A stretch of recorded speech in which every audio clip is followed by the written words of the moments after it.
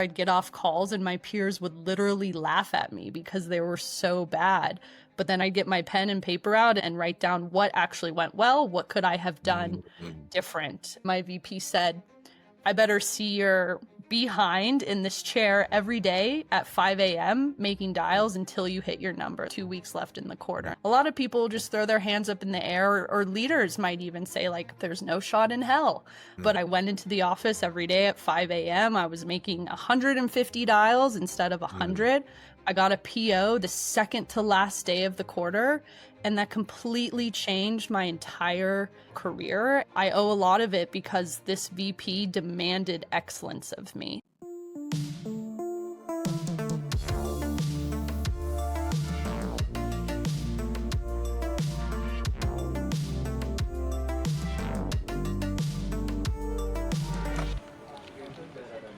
Welcome back to the Revenue Vault, where we go inside the playbooks of today's most forward-thinking sales leaders to uncover what really drives consistent, scalable growth.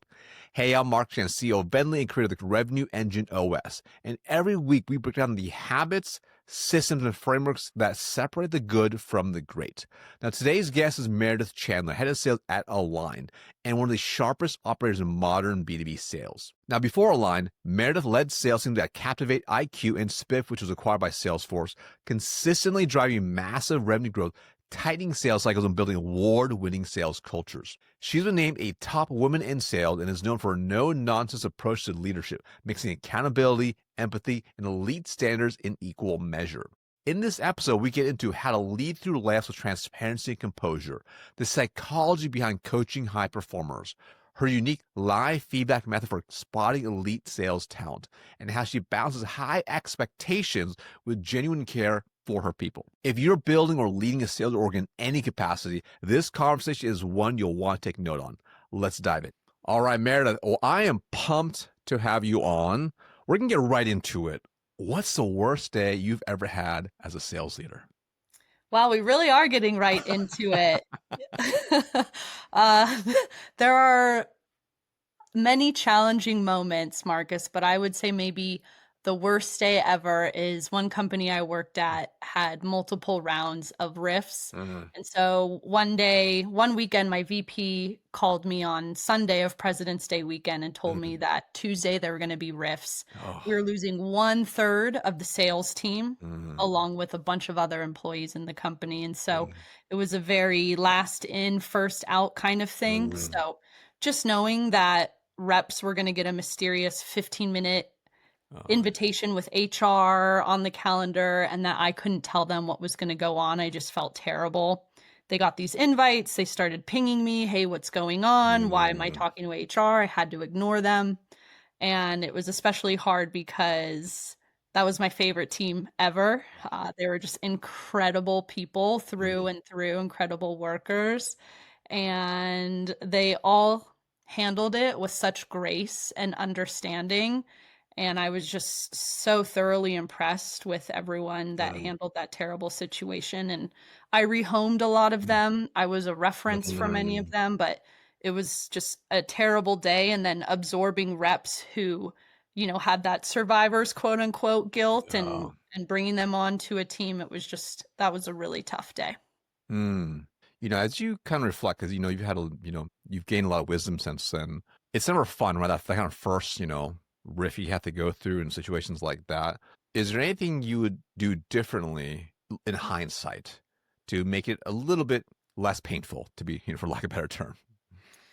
Yeah, I don't know if there's much you can do in a RIF situation Yeah. because of HR complications. And so I think one thing that we as a company and maybe myself as a leader did well leading up to that point is just treating people with a lot of respect and dignity and support on a daily basis. And I think that allowed them to kind of take it with less of a blow. And I think that led to them handling it so well. I mean, these we're a fantastic group of individuals, but I think they felt valued up until this point. And because of the level of transparency all along the way that we as a company had with them on different areas, different topics, I think that they saw, that there was nothing else that we as a company could really do.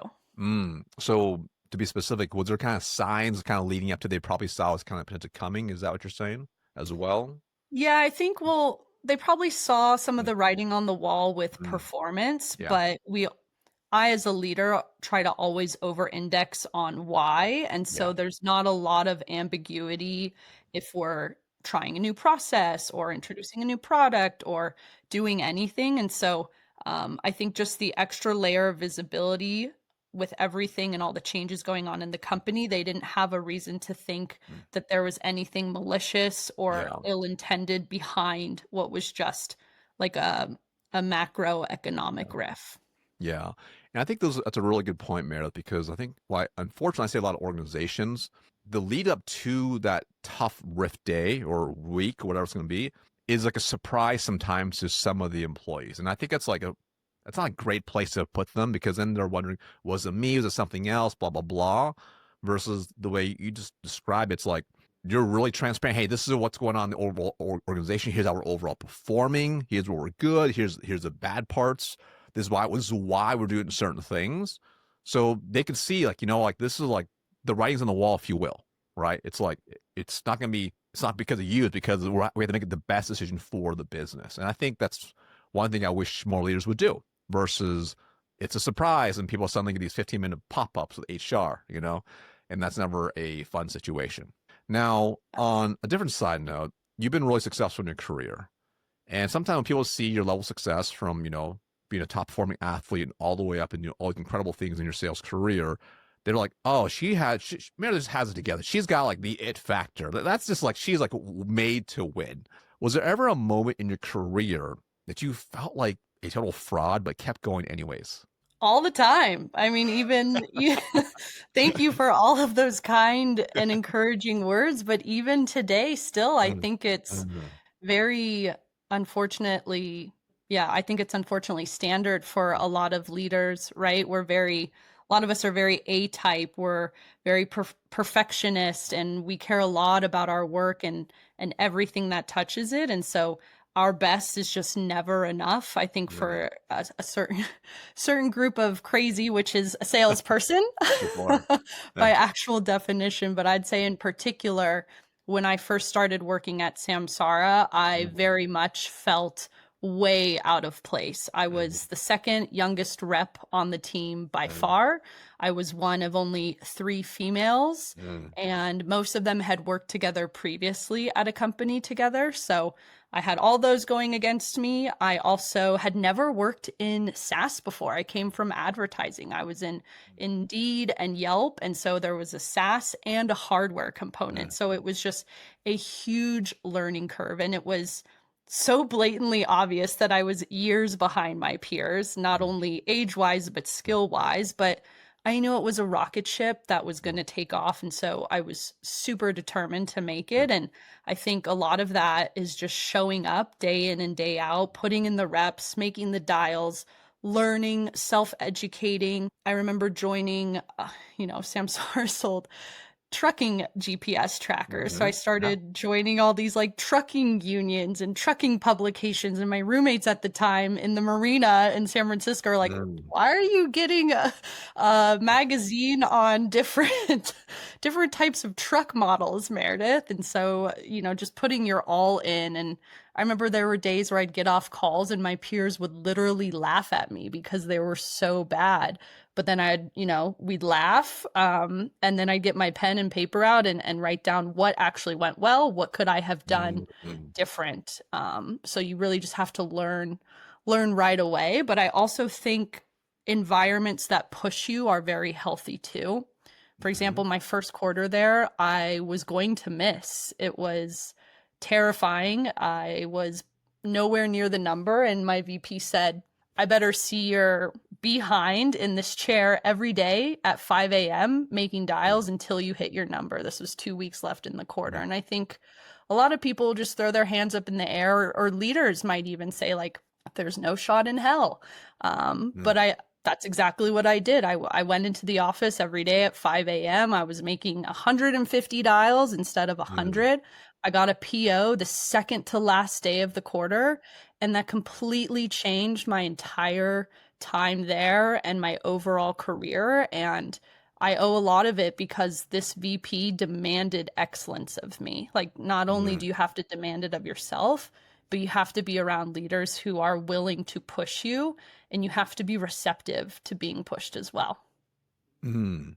Yeah, I think it's really, really powerful, right? And I gotta imagine being, one of the youngest reps there, being one of the only few females on the team, not having that same experience as maybe some of your peers, and you come in already feeling like maybe that little bit of imposter syndrome, like should I even be here?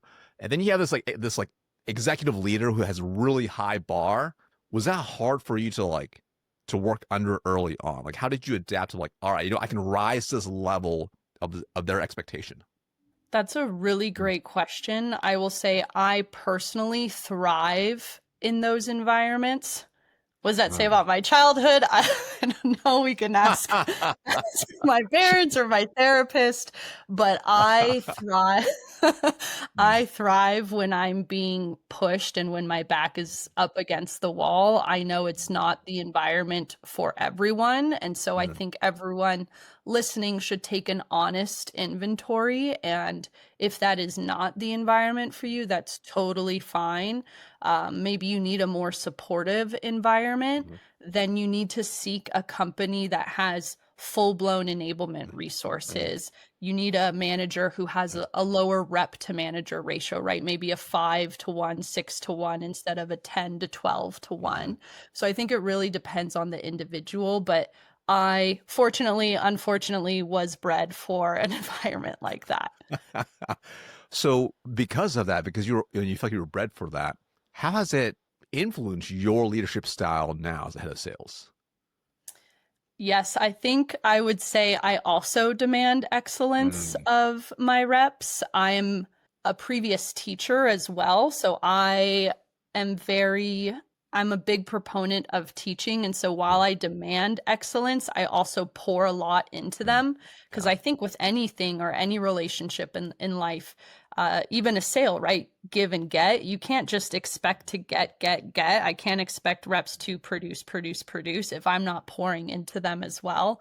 And so I think if you asked any of my reps, current or former, you would say that there is a demand of excellence, but there is also a heavy up leveling and teaching component involved, and that it's a reasonable expectation and it's a fair expectation for all. There's no special treatment. Everybody has the same expectations. If I hire you, it's because I believe strongly in you. And I also don't believe anyone's perfect or anyone knows it all. I don't know it all. I'm very far from perfect. I still learn and make mistakes all the time. And so I don't expect everyone to come in and be a perfect rep either. Mm. So I think it's really, really powerful. It kind of goes into the hiring piece because now I've found, I ran teams and orgs for years, and I have a very, very high bar. And it's kind of intense for some people. And in fact, like sometimes, like it's like if I made a poor hire, they saw the level of intensity, my expectation on day one, it was not a good fit. Like they would be scared, because like even like regardless of where they're at, like I'm gonna always raise a bar for them, right? And I found the hiring process is so critical. You probably have seen it too. So for you, how have you kind of vetted candidates in the process to find people who are most likely able to rise to that level you want them to perform on your team? Yes, and I would imagine, Marcus, Mm, that in your hiring process, though, even though you have a high bar of mm. excellence, I guess if I were to ask any of your reps, they're probably looking back now very appreciative of it, right? I would Yeah, presume that you probably poured into them as that's right. well, or you pushed them to push themselves. So while it's Exactly. uncomfortable maybe in the moment, they probably really appreciate it now. 100%. 100%. To answer your question of was the question how do you look for that in a hiring process? Yeah, it could be how you personally do it, right? Maybe it was whether it's part of the interview process, maybe certain questions you ask or certain things you have them do to help try to hopefully reduce your risk of it not being a great hire. Yes. So I will say the first and foremost important thing is identifying the actual skills Yeah, for the job at hand. And I've seen this time and time again with a lot of founders or companies that I consult for, is that they have this idea of, I need a big swinging Oracle rep, or I need the Right. number one rep at Salesforce. And those Right. skills are night and day than what Yeah. is needed for your startup going from Mhm. 0 to 1, right? So That's I right. get very granular with founders and hiring managers Good. on what are the actual skills for this job? Is it a Mhm. hunting role? Is it a farming role? How Mhm. much of each component? What are your biggest objections? Are the objections Mhm. on, this is a completely new sector or idea, or the objections a competitive sell? Because again, those are Mhm. very different skills. So, first off, getting crystal clear on that and then asking a bunch of behavioral questions Mhm. related to that. I always have in my interview cycles, I always have an interactive portion. So, whether that's a mock Mhm. demo for an account executive Mhm. or it's a cold calling exercise for a BDR, because we're all Mhm. salespeople, which means we can all sell ourselves very well, That's right. very, very well, right? And uh, that is the most telling part of the process for me. And I'll even tell candidates, because they'll ask me in the call leading up to that, do you have any objections? And I might surface something that I'd like to dive deeper into, but I also say, we're both just kind of scratching the surface here. The next phase is usually going to be the most telling, so we'll Mhm. spend most of our time there. So I do that, and then if I believe strongly in a rep, and I'm giving away the keys to the kingdom here. So for anyone who's about to Appreciate it. interview with me and watches this, actually bonus points to you for doing your research. But 100% exactly what it is. if I believe strongly in you, I will actually give you a bit of feedback on the call and Yeah, have you redo it in real time, that's because right. that will show me how quickly you can implement. Well, A, how do you Mhm. receive feedback? That's right. And then B, can you implement it in real time, and how fast can you implement it? Oh, yeah. I'm a big fan. I love that so much too. I think there was a couple great nuggets there, which is you're doing a live role play on a spot, right? You're making sure that they're going through the exact skill set you're looking to identify in the ideal hiring profile. And then how well they do with that. Then number two, hey, let me coach them on the spot. What's their growth potential? But also how fast can they take what they learn and immediately put in action? Right. So you learn a lot from that. I love that so much. I found that in my hiring process over the years, we've done the exact same thing because that really tells you, like, can they do the job and do it really, really well? And It's something that, tough because the yeah, candidate will think, "Oh gosh, they're ripping me apart," or "Oh, they had me redo this oh bit." yeah, When it's actually the opposite. oh yeah, 100%. Because you just want to see as well, like, are they also like you want confidence, but also humbleness? Are they like, you Mhm. know what, Meredith, thank you so much for that. That's really great feedback. And the best one is to say, let me go again before you Yeah. ask. You're like, all right, let's go, let's do it, right? Yes. Um, what I also thought has been really useful for me as well is like, 'cause a lot of times I'm a firm believer every person I interview and hire at any level of the organization from AE and all the way up, everyone has what I call a self concept, which is a certain belief system in themselves of how high they can potentially go. Hmm. So like that's why I like to always like ask them those if they say so, I'll say something, hey, so what is the biggest accomplishment you ever achieved in your personal professional life and how did you get there? So I want to see like what do they perceive to be an accomplishment? I think it's really important, right? And that tells me a lot just based off that. Because if it's like, well, like, um, I graduated college. I don't know. If it's really a great accomplishment, right? Now, but if they told me some stories, maybe it's like I don't know. Maybe they have like they have learning disabilities and like they grew up really poor and they had to work 60 hours a week in high school, multiple jobs while doing all these things to get and pay for college with it. Okay, that's a different story, right? So like I want to know what's that big goal they're going after and how they go after that. But then also I'm like, hey, fast forward 1 year, what goals have you achieved that you dream about? And I need to know their goals. And it's really, really important because like if my median income, my team is 175K and they're telling me they only want to make 175K, I don't like that because I Yeah. need to know how high can they go, right? If they're like, well, listen, like I made 150, like this year, minimum 300K. These are great. So I gets them thinking a little bit. I'm like, cool. So what are you willing to do to get to that point?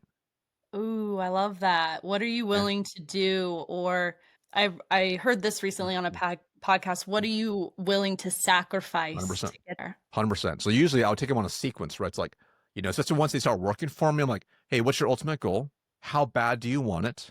And what are you willing to sacrifice to get there? So I take them that That's great. intentional sequence of thinking. So this way they're like, I want it really bad. How bad? So bad. What's so bad mean? Okay, what are you willing to sacrifice to get there? So it gets them to really see, I can see that internalization of their value system to get to where I want to go. Because ultimately, as you and I both know, either they have drive or they don't. I can't manufacture drive, you know? Like it's kind of like pips are like hard to make work long-term wise.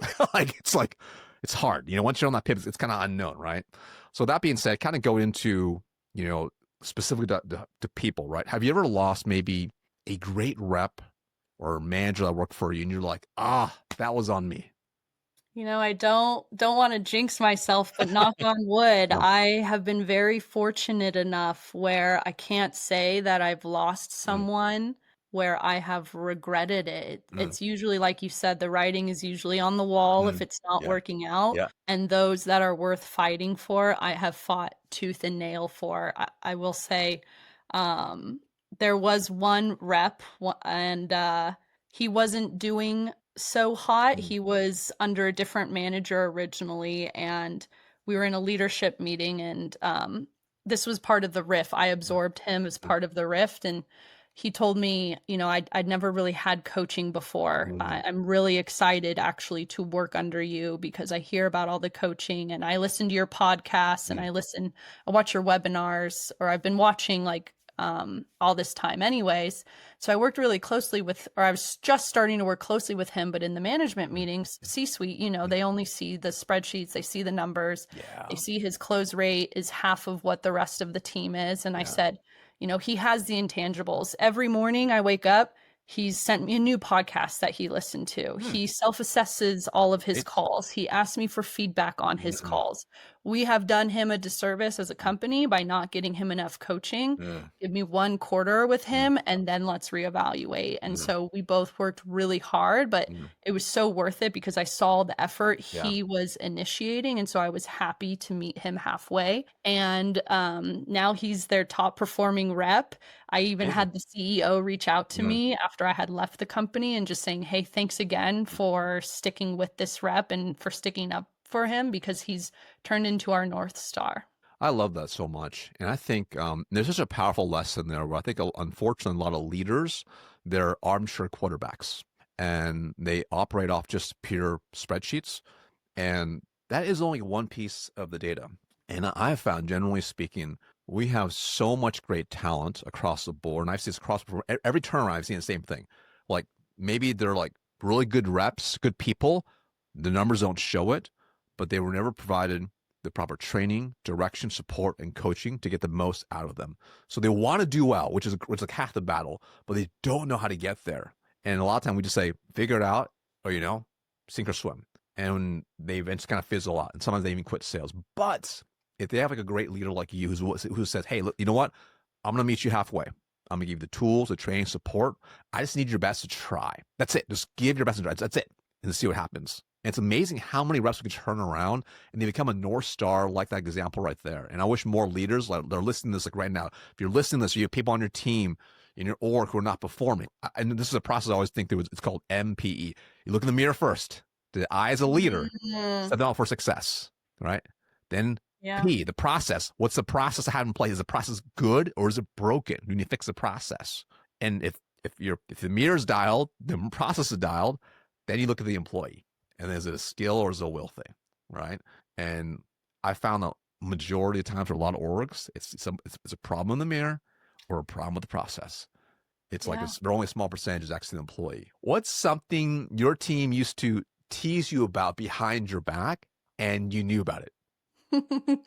I'm sure a lot, right? They're doing it behind my back. They're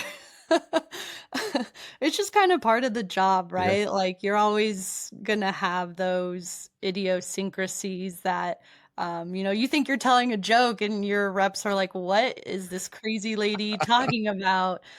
So I'm sure there's a lot, and this one particular instance, I don't know if it was teasing because this rep was very serious, but they told me I'm not vulnerable enough. Oh, mm, Real Gen Z style.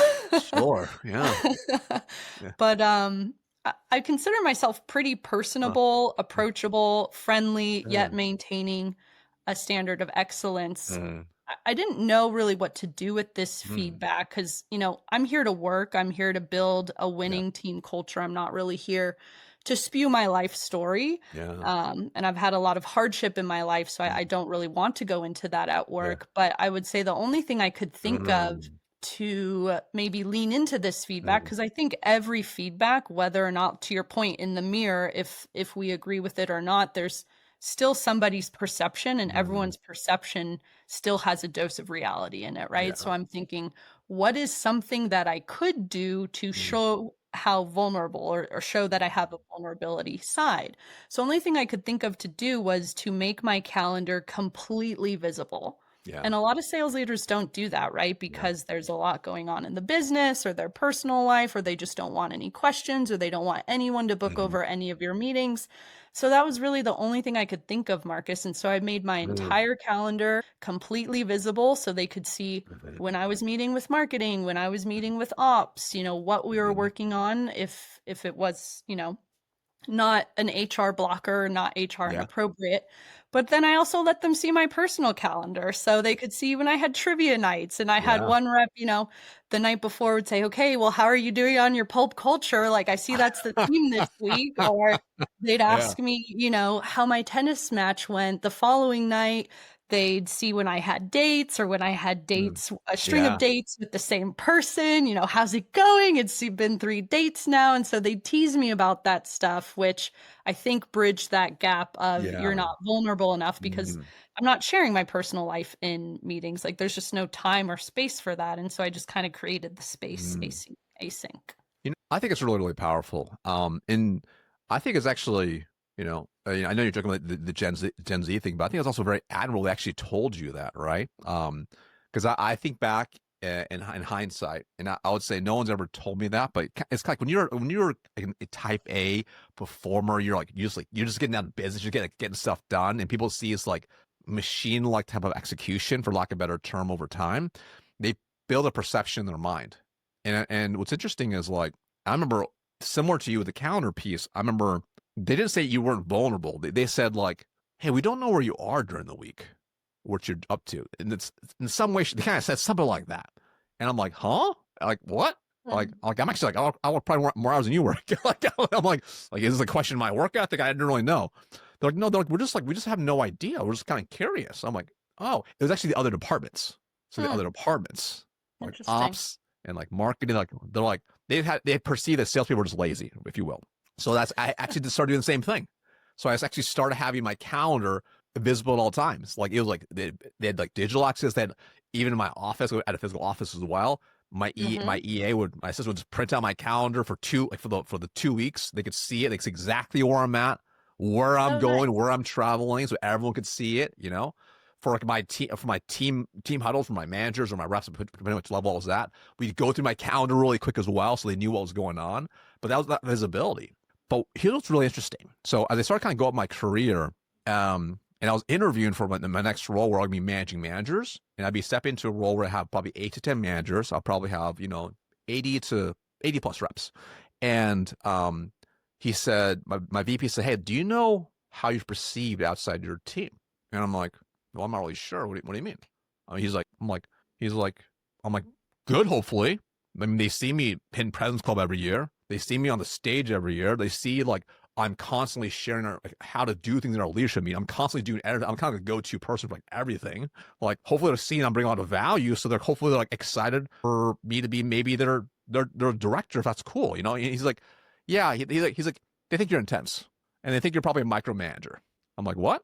He's like, yeah. They're like, some have seen your schedule. It's super intense. It's like super. They ain't seen your calendar. It's Sure. crazy. Like, you are Yeah. like you micromanage yourself to a whole level that most people would never do. And I'm like, oh, okay. He's like, they don't know how the hardships you've been through, or any of the challenges. I'm like, oh, so Yeah. very similar, but you never said vulnerability. So one thing I started doing, and this is actually made me really uncomfortable, to be quite frank, but it really helped me actually quite a bit. So when I started, any team I took over, or any new rep I met, or when I traveled around to my new market, when I got promoted, I started doing this exercise I learned from a great mentor called the Triple H. And I huddled the team around, right? Maybe we're eating lunch or whatever. I say, hey, like, they think we're talking about like sales or numbers, whatever. I'm like, let's play a little game. Like, it's called the Triple H.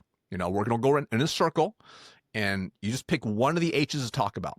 It could be, you can talk about a hero in your life, a hardship, or a highlight. A hero, a hardship, or a highlight.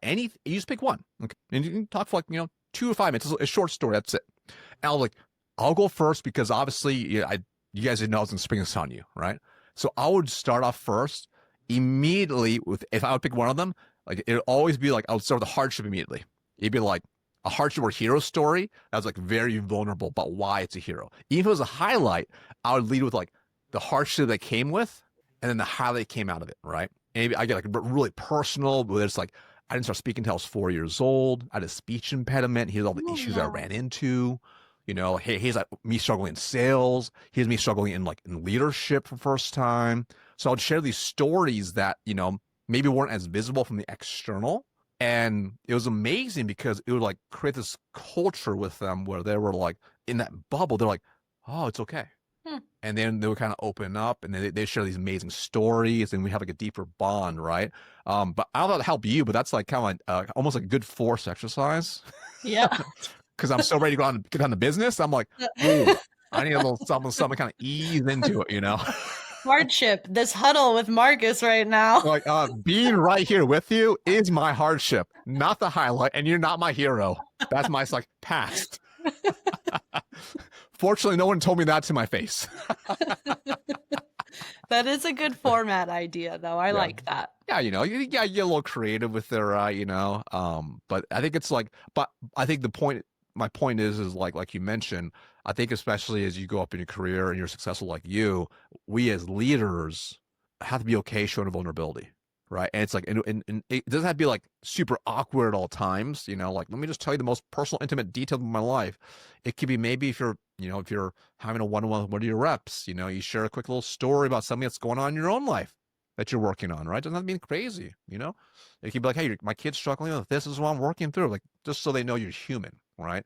Which I think can be hard, especially if on the outside for the perfectionist type, like you and I, they perceive something that's like porcelain when you and I know it's not the case at all.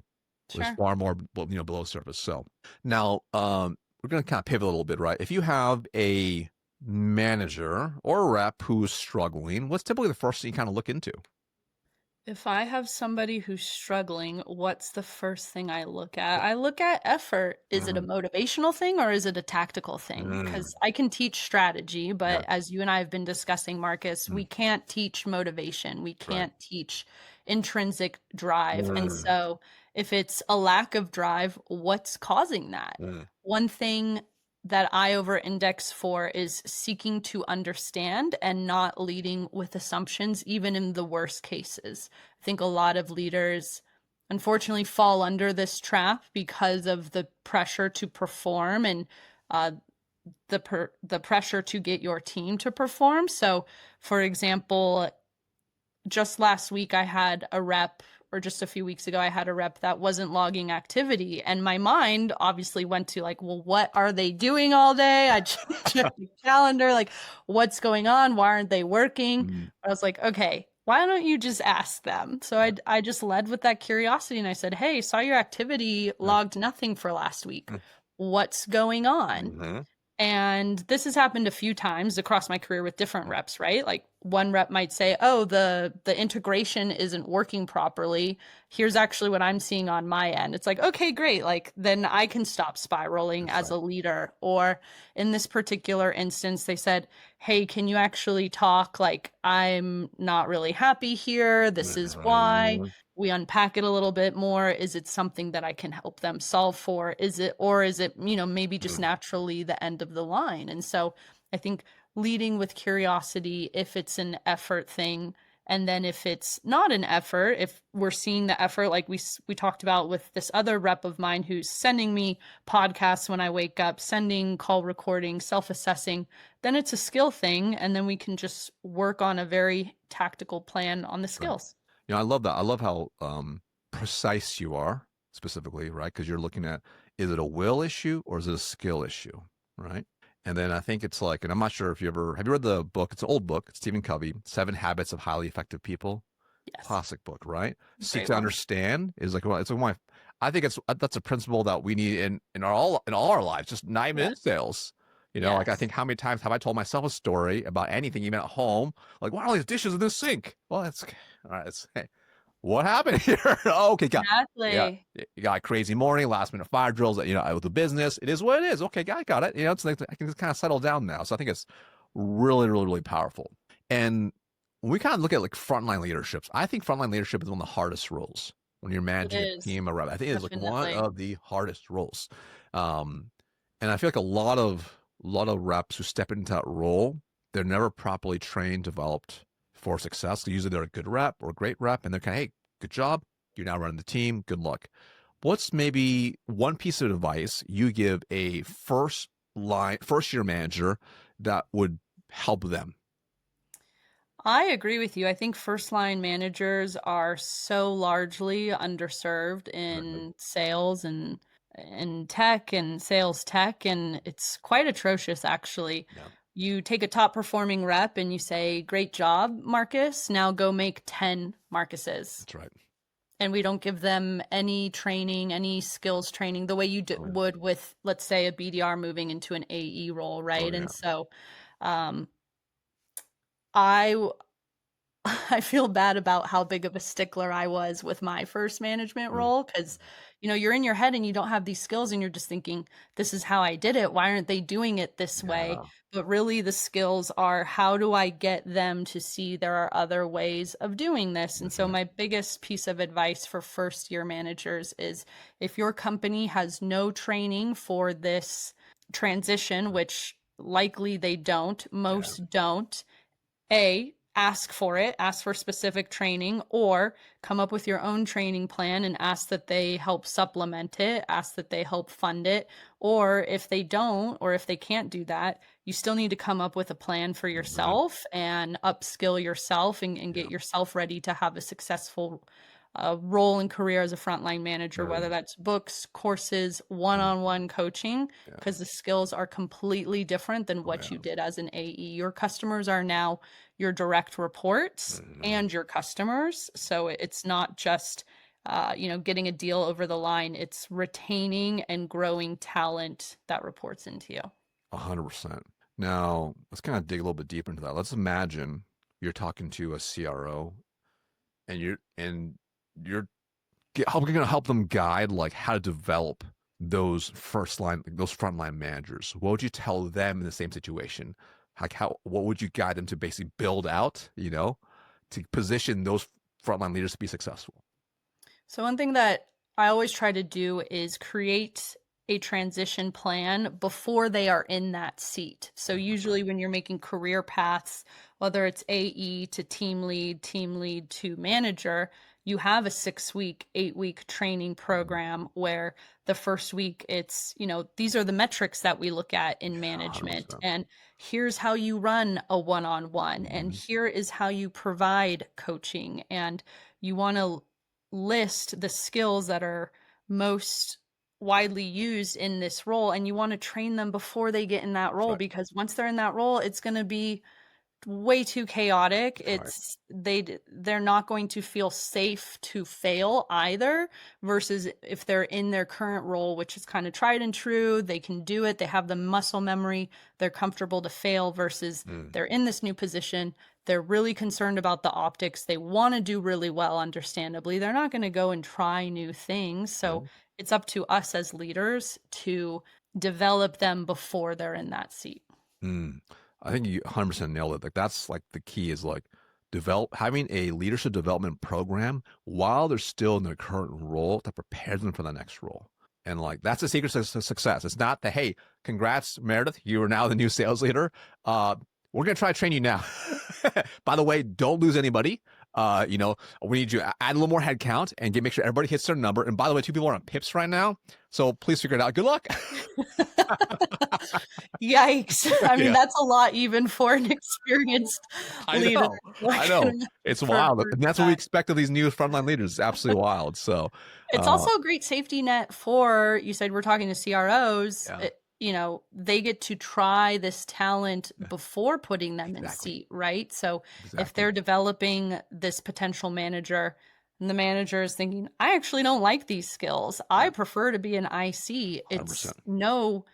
no harm, no foul because you haven't moved those pieces yet. Maybe there's somebody Exactly else right. better positioned for that. You're 100% right. So, back when I was running a good sized sales org, I built this program called Captain's Club. And they had to basically hit certain numbers to go in. They had to apply to go in. They get recommendations from like ops and sales to even get into this program.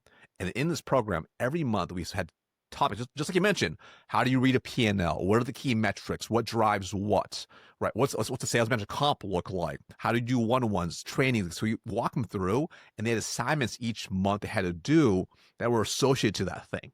So it'd be like, hey, you need to learn how to do a one-on-one. Hey, you know what? Your action item is you have to go do a one-on-one with your manager next week. And or get them to kind of get these reps in early on. And you're 100% spot on because some of them are like, I'm good. I just want to keep going. I want to be an enterprise AE next. I don't want to do any Yep. of this, which is totally cool. So we actually had Yes. to start segmenting those roles actually. So we're like, now, okay, that's fine. You have the IC path, and now we have the leadership path, and we can help like develop accordingly. But then you build like the bench strength down the road for like all these roles now. So in case you get turned over in the manager ranks or anything else, you're always ready to go. If you open up a new bar or you kept growing headcount, you need a new manager, you had people to pull from that you can like insert into these roles, right? So you start building this like longevity and like true legacy in the org, as a result. So that's why I think everything you said is 100% spot on. You dropped an insane amount of value today. If people want to find out more about Meredith, how can they find you, get a hold of you? Yes, please add me on LinkedIn, Meredith Chandler, currently head of sales at Aligned, or you can check me out on merediththesalescoach.com. That's a wrap on this episode of the Revenue Vault. Now, if you got value, here's your next step.